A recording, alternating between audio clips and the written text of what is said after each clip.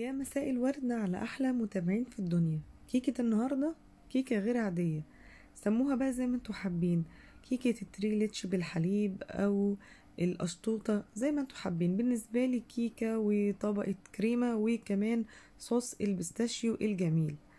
هعرفكم كل حاجة بالتفصيل وازاي نقدر نضرب الكريمة بطريقة موفرة، وكمان هقول لكم على احسن نوع كريمة بيستاشيو او زبدة الفستق لقيتها موجودة في السوق. بس قبل ما اكمل الفيديو حابة افكركم، لو انتوا اول مرة تشوفوني انا الشيف رورو، دي قناتي، بتمنى تدعموني بلايك وكومنت وشير للفيديو. يلا بينا نشوف الطريقة، يلا بينا. لمقادير الكيك هحتاج 4 حبات من البيضات كبار بدرجة حرارة الغرفة، معلقة صغيرة من الفانيليا، ونص كوب من السكر. هي الكيكة بتتعمل بكوباية من السكر، بس انا ما بحبش ان انا ازود السكر، فانا اكتفيت بنص كوباية. هضرب بقى على سرعة منخفضة لحد لما يدوب السكر، وبعد كده هعلي السرعة لحد لما البيض يهيش معايا ويرتفع زي ما انتوا شايفينه كده، كأني بعمل اسبونج. بعدين هحط كوباية الا ربع من الزيت، وطبعا الزيت يكون نوع نضيف، وهضرب لحد لما يدوب الزيت مع خليط الكيك. بعد كده هنزل كوباية الا ربع من الحليب الساخن، هضرب كويس، وبعد كده خلاص هستغنى عن المضرب. معايا بقى كوبايتين من الدقيق منخولين، من كوبايتين لكوبايتين وربع حسب نوع الدقيق. انا استخدمت هنا الضحى، هو خد مني حوالي كوبايتين من الدقيق مش اكتر. وكمان معايا كيس من البيكنج باودر بتاع كوكس، ما يعادل معلقة كبيرة مليانة من البيكنج باودر. هستخدم بقى المضرب اليدوي وهقلب الدقيق كويس قوي مع الخليط بتاع البيض لحد لما اتأكد ان الدقيق داب تماما، وهتلاقوا ان الهيشان بتاع البيض اختفى، وادي القوام بتاع الكيكة بتاعتي زي ما انتوا شايفينه، لا سايل قوي ولا كمان يعني قوامه تقيل قوي. المقادير دي مقادير صينية مقاس 30، هدهنها كويس قوي بالزيت، وبعدين هبتدي ان انا اصب الخليط واكون مسخنه الفرن قبليها ب5 دقايق او 10 دقايق، وبعدين احطها في الرف الشبكه اللي في النص. بعد نص ساعه هبتدي ان انا اشيك على الكيكه، هي ما خدتش معايا اكتر من نص ساعه. لو لقيتها استوت وحسيت ان هي لسه ما خدتش لون من فوق، فبقيد عليها الشوايه علشان تاخد معايا لون ذهبي. مهم جدا ان انا اخبط الصينيه كويس قوي علشان تطلع معايا الفقاعات بتاعه الهواء. بالنسبه للتشريبه هي عباره عن حليب مكثف محلى مخفف. عندي هنا 3 معالق كبار من اللبن البودر، عليهم معلقتين كبار او ممكن زيهم 3 معالق كبار من السكر البودر. انا حطيت بس معلقتين، حطيت نص كوبايه من الميه المغليه، وبعدين شفت القوام حسيت ان هي محتاجه ميه تاني، فحطيت نص كوبايه تاني، يعني كوبايه من الميه المغليه، وقلبت الخليط كويس قوي. لو الكيكه عندي سخنه هسيب الخليط لغايه لما يهدى شويه، وبعد كده هصبه على الكيكه. لو الكيكه بتاعتي بردت، وانا هنا كانت بردت معايا، هبتدي ان انا اصب الخليط على طول مباشره. وبعد ما عملت بالاعواد الشوي فتحات زي ما انتوا شايفين بالمنظر ده علشان تتشرب كويس كل جزء من الكيكه. طيب بالنسبه لكميه التشريبه قد ايه، انا بالنسبه لي ما بحبهاش تكون متشربه كتير قوي، يعني انا بحب اكل كيك، يعني مش عايزه اشرب عصير بصراحه، ما بحبهاش متغرقه قوي. فما حطيتش كل الكميه، بقى معايا ربع كوبايه من الحليب. عايزين تزودوا عن كده، عايزين تصبوا كل الكميه دي، حاجه ترجع لكم انتوا.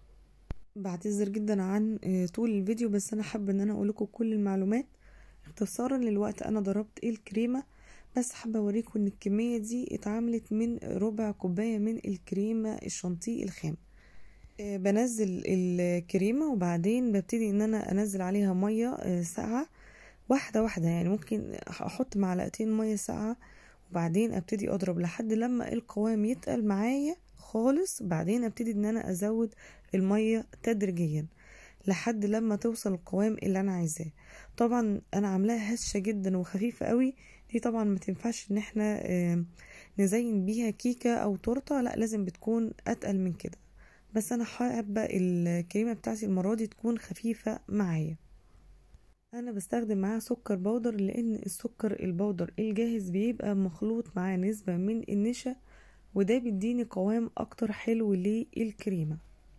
هنزل الكريمة واسوي الطبقة بتاعتها كويس في الصينية، والمفروض ان انا ادخل الصينية تشد معايا شوية في الفريزر 10 دقايق ربع ساعة كده قبل ما انزل الصوص بتاع البيستاشيو. ولكن انا كنت مستعجلة جدا، كنت عايزة الحق قبل ما النور يتقطع، وكمان يعني ما ينفعش اعمل كيكة زي دي وما ادوقهاش بسرعة.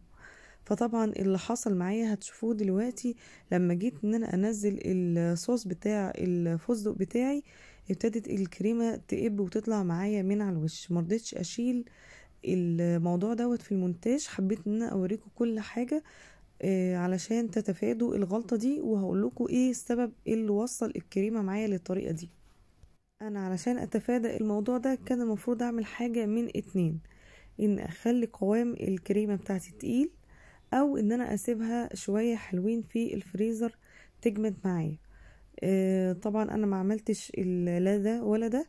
طبعا انتوا شاطرين ومش هتغلطوا الغلطة بتاعتي. فانا صلحت الموضوع ده ازاي؟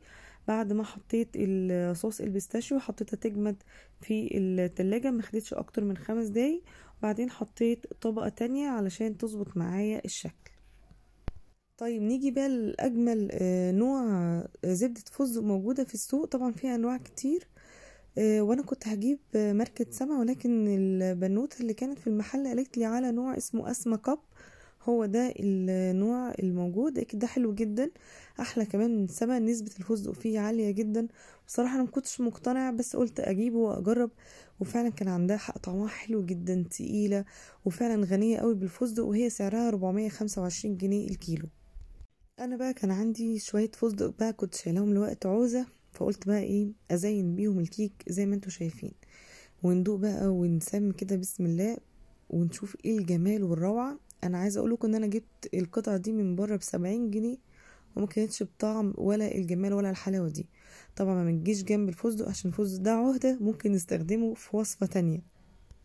بجد يا جماعة الوصفة بتاعت النهاردة جميلة جدا، لازم تجربوها. حاجة أخيرة حابة أقول لكم عليها بالنسبة للصوص البيستاشيو. باخد معلقة من زبدة الفستق وأحطها على حمام مائي مع معلقة كبيرة من الزيت، وأقلب وأشوف إذا كانت محتاجة زيت تاني ولا لأ، تدريجيا لحد لما أوصل للقوام اللي أنا عايزاه. وبعد لما تبقى بدرجة حرارة الغرفة ببتدي إن أنا أصبها على الكيك. عايزه اقول لكم الصينيه دي ما خدتش معايا اكتر من معلقتين كبار من زبده الفستق، لان الزبده دي زي ما قلت لكم جميله وتقيله ونوعها حلو قوي. وبكده نكون خلصنا حلقه النهارده، بتمنى انها تكون عجبتكم. ما تنسوش تدعموني باللايك وكومنت وشير الفيديو، والسلام عليكم ورحمه الله وبركاته.